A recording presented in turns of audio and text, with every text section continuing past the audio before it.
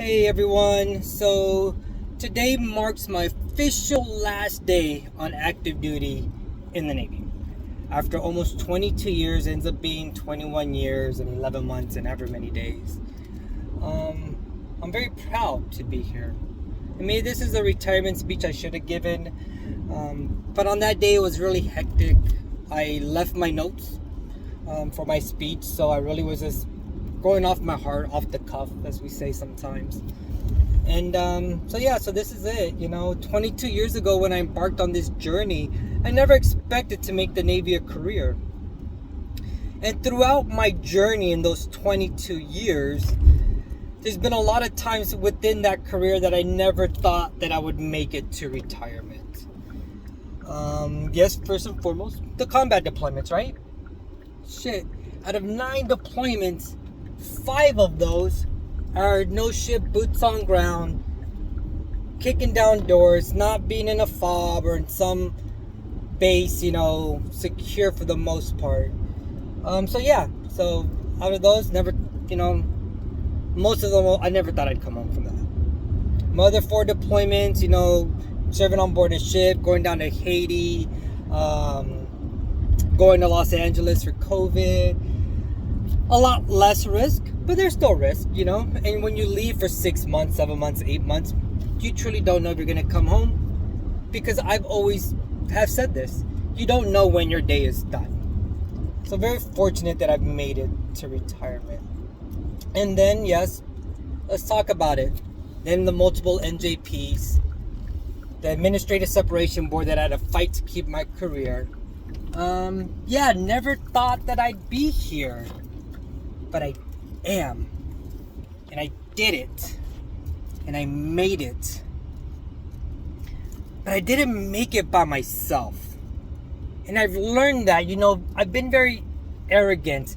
And although I don't voice this out, I am very arrogant. And I do sometimes feel that I made it here by myself. But when I really sit back and look at it, I didn't. Yes, I'm the one that woke up every morning and dragged my ass to work.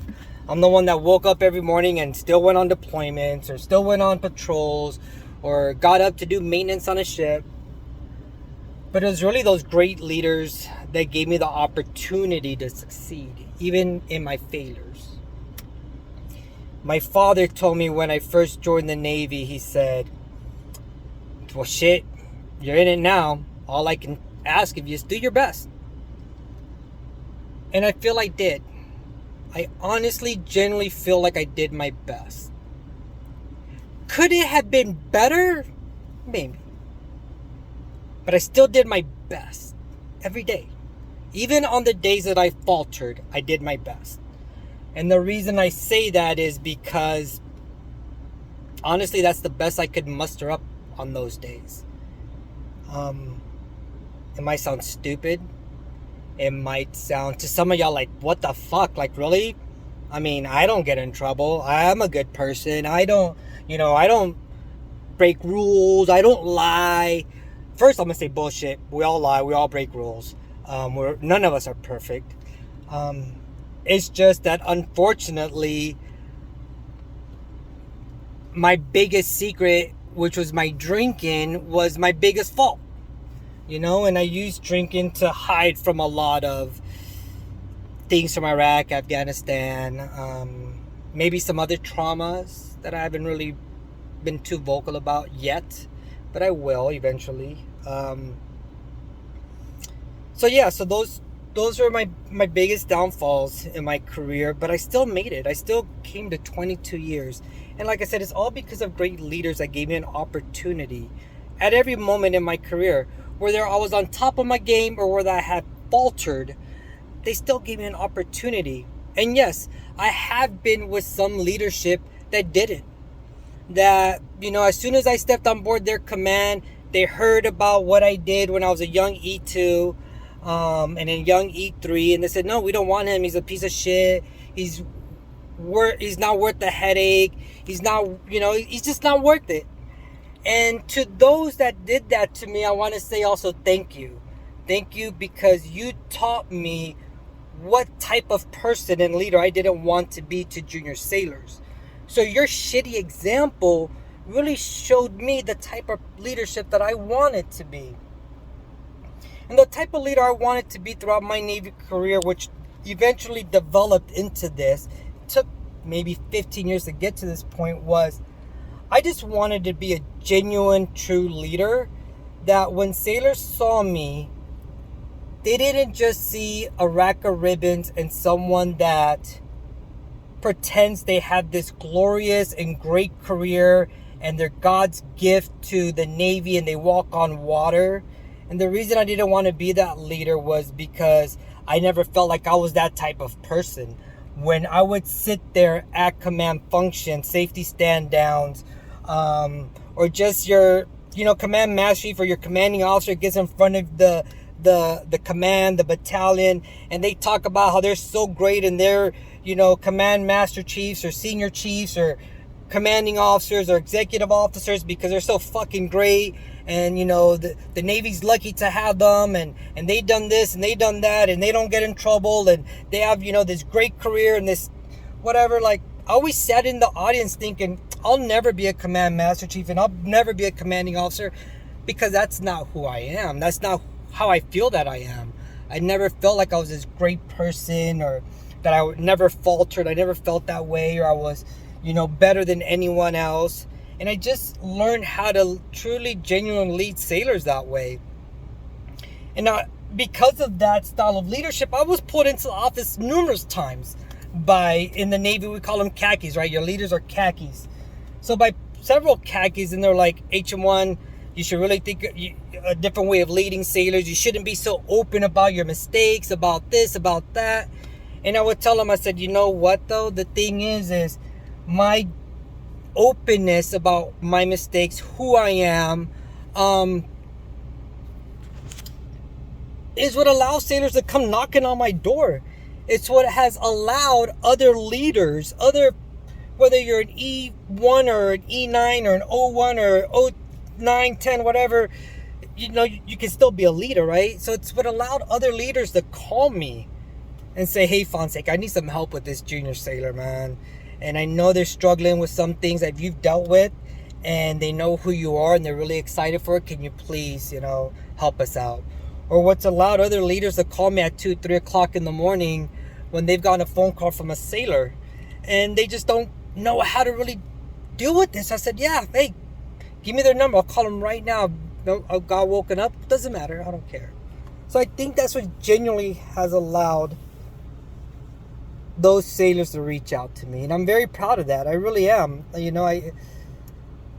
There's enough people in the Navy for sailors to look up to and say, hey, how do I become, a great whatever, and I'm just going to leave it at that. But, it's easy. Check in the box. Yeah, here's the roadmap. Just make sure you hit all these wickets, and unfortunately we fall victim to these checks in the box so bad that even during COVID, I'm a hospital corpsman, and we're supposed to be the front lines on fighting this war on COVID. And you would still go to commands on weekends because, volunteering is part of that check in the box. And it's so important that sailors volunteer or go to college even during a pandemic, because supposedly that's what the Navy says makes great sailors and great leaders, right? That a lot of sailors got shitted on because they said, hey, look, I just don't feel comfortable volunteering. But yet we would have hundreds of sailors at commands gathered around, beautifying the base, right? Hey, great, I get it. Hey, we need to make sure our bases look nice and pretty and beautiful, but we're at the risk of sailors' health, and that's all part of not thinking outside the box. That's just all, it's a check in the box. If I don't meet these checks, then these aren't good sailors. These aren't great sailors for them to get promoted. No bullshit. They're great sailors. They meet the mission, surpass it, just because during a time of national emergency, world emergency, really, they don't feel comfortable volunteering. So we're going to tell them, hey, you know what?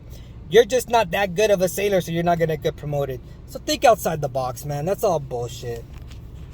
Now on to everyone else that's helped me get here. First and foremost, my mom and my dad, thank you so much for always supporting me in this career path. I know it's not what you all wanted me to do in life. Due for several factors, but you supported it. You supported the decision. You supported anytime I told you, I want to try to go to this school, I want to try to go to that school, I want to do this, I want to do that. You supported it. And even when you found out that I volunteered for most of my deployments, you might not have understood it, but you supported me. And mom and dad, what more can I ask for from parents? Besides that support. To Caressa, my sister, you dealt with our dad being in the Army for 22 years, and then your brother having to serve for not having to, but voluntarily serving for 22 years. And I know that can't be easy for a family member to have to support a father and then their brother.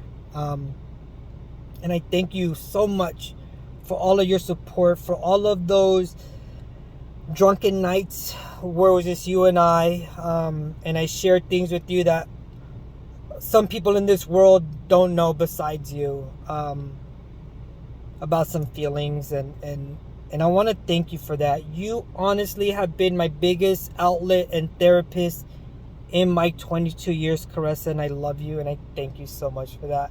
I can never, ever, ever thank you enough for that.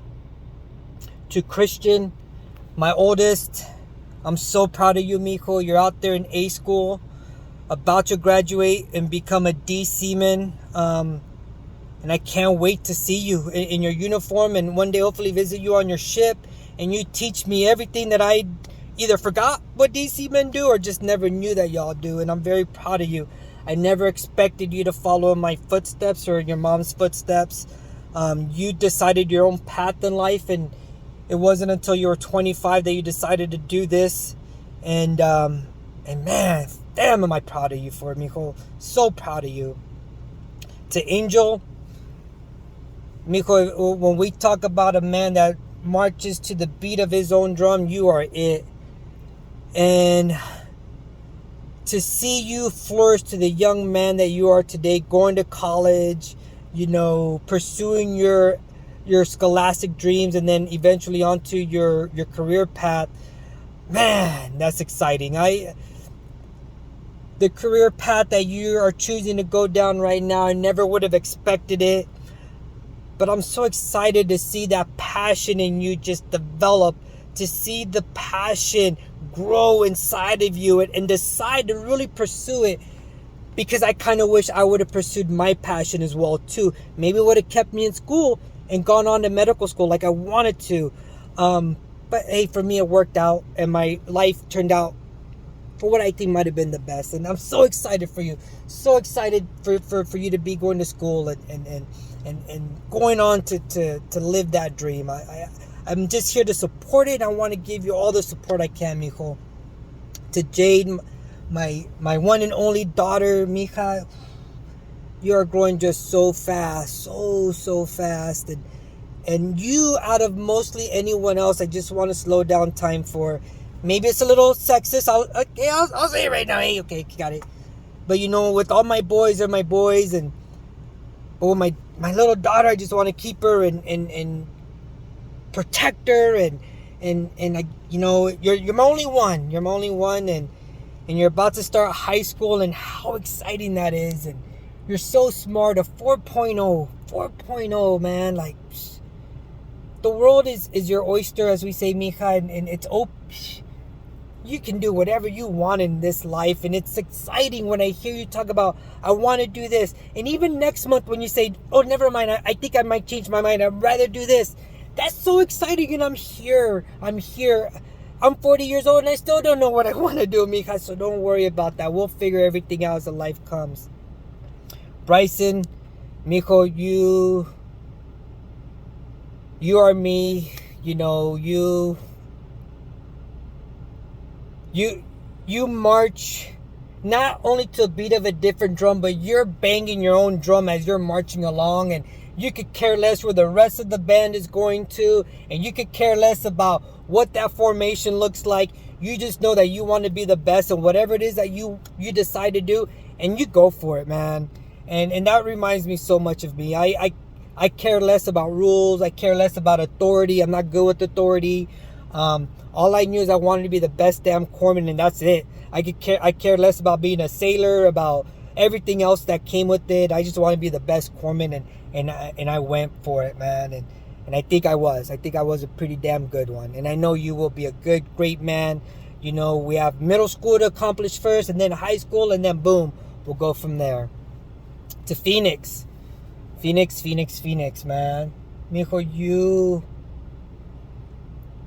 are the ray of sunshine that had to come into my life on March 23rd to make my life just that much more brighter. It's not that my life was dark or grim, or everyone else in my life didn't give me hope and light, but you filled a void that unfortunately was trying to be filled by lots of alcohol, lots of other things too, that you just filled it. I feel I have nothing else missing in life now because of you. To my wife, Christina, what can I say, honey? What can I say about who you are in my life that probably no one else knows? You're my savior. You're my best friend. You're the adventure that I never thought I was missing in life, but now that I have it, I don't want to lose it.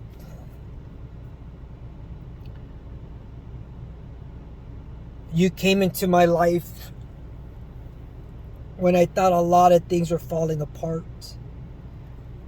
And you also came into my life when I thought the end of the rope was here.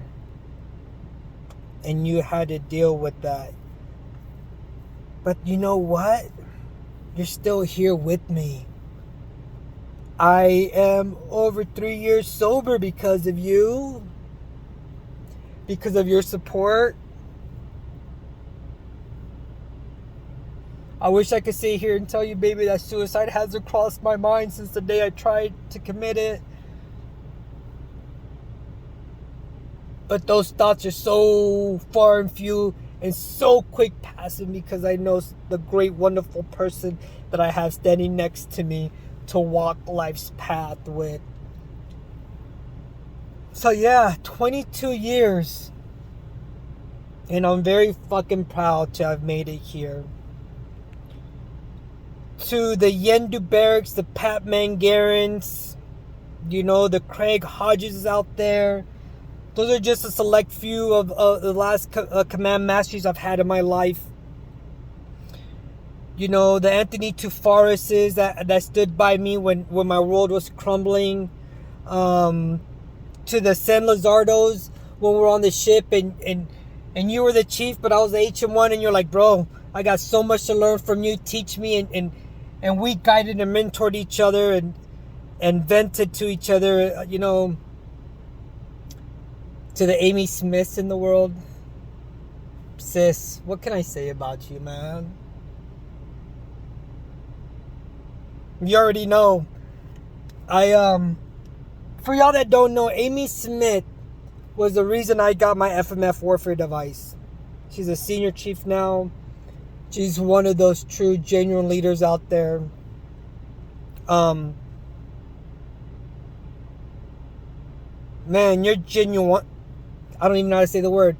The genuineness of how you led as a second class when I was a young E4. I was a third class when Iraq in 05. And now you just sat down and you talked to me about the effect I can have on people. And you didn't talk to me as in a matter-of-fact way or this is how you should be doing your Navy career. You just talked to me as a regular person and understood where I was coming from, but at the same time helped me see a different way. So I thank you for that. To the Chris Doves, the Marvin Mamrels, the Benjamin Flemings, the Crazy Leggins, the Little Kim, you know, from when I was in my first unit, second tracks, all you guys that helped me in my first beginnings to get here today, thank you. You know, to, man, the Chris Arredondo when he was a chief, now he's a master chief. You know, when I was a 3-3 that got me Medichurch promoted to first, will put me in, you know. To Justin LaHue, my brother, my mentor, thank you all. Thank you for still mentoring me even now as we're retired, and I can reach out to you and ask you. There's just a lot of people in my life that you want to thank, but it's so hard to individually thank everyone. So all of you all that have crossed my path and know that I generally care and appreciate you all know that, because you also know that I'm very open about my feelings, and if I think you're worthless to me in my life, I just erase you from my life, or I never talk to you. I take you off of Facebook, I take you off of whatever, so it is what it is. So everyone else, thank you all so much. To the Epinet family, Judy, Celeste, I know we've never met in person, but you all know who Damon was to me, to our unit, to our brotherhood, and you all accepting me into your life as a friend or a family member, a distant family member, you want to call me that, because I feel the same way about y'all. Thank you all. Thank you, Judy, for giving birth to one of my brothers that I had the greatest pleasure and honor of serving in Iraq with. To the family of Corporal Camafun Chanawangsi and Sergeant Michael Bitts, the same. Thank you all for allowing such great men to be part of my life, however short that time was. Those are men that will always be forever living with me as long as I live on this earth, so thank you. And with that being said, I just want to remind everyone, be genuine. Remember, we all struggle with something. So when you find yourself being upset with another fellow service member, maybe take the time to find out what's going on with them. And with that, I want to challenge all leaders out there with this. It's so easy for us as leaders to pull in junior personnel into our office, or to talk to our company or our unit as a whole and say, as a leader, I expect A, B, C, D, E, F, G, H, Y, Z, elemental K, whatever the fuck, from you all. But how many leaders have ever pulled in their personnel and said, what is it that you expect out of me? And am I meeting your expectation as a leader? I can almost guarantee you that if you were to do that and start leading sailors with their expectation vice what you expect out of them, we might get a little bit different and maybe better results. That is my challenge for you all. Thank you to all that have been on this journey with me. Thank you all that took the time to listen to this almost 25-minute speech. I love you all. I wish you all nothing but the best in life. Even during your hardships, I wish nothing but the best. And if there's ever anything, if there's ever a time that you feel no one you can't reach out to anyone, I'm here. Reach out to me. I know what that's like. God bless. Buddha's blessings to you all as well. Thank you for this ride. Continue on. Hey, you all have the watch.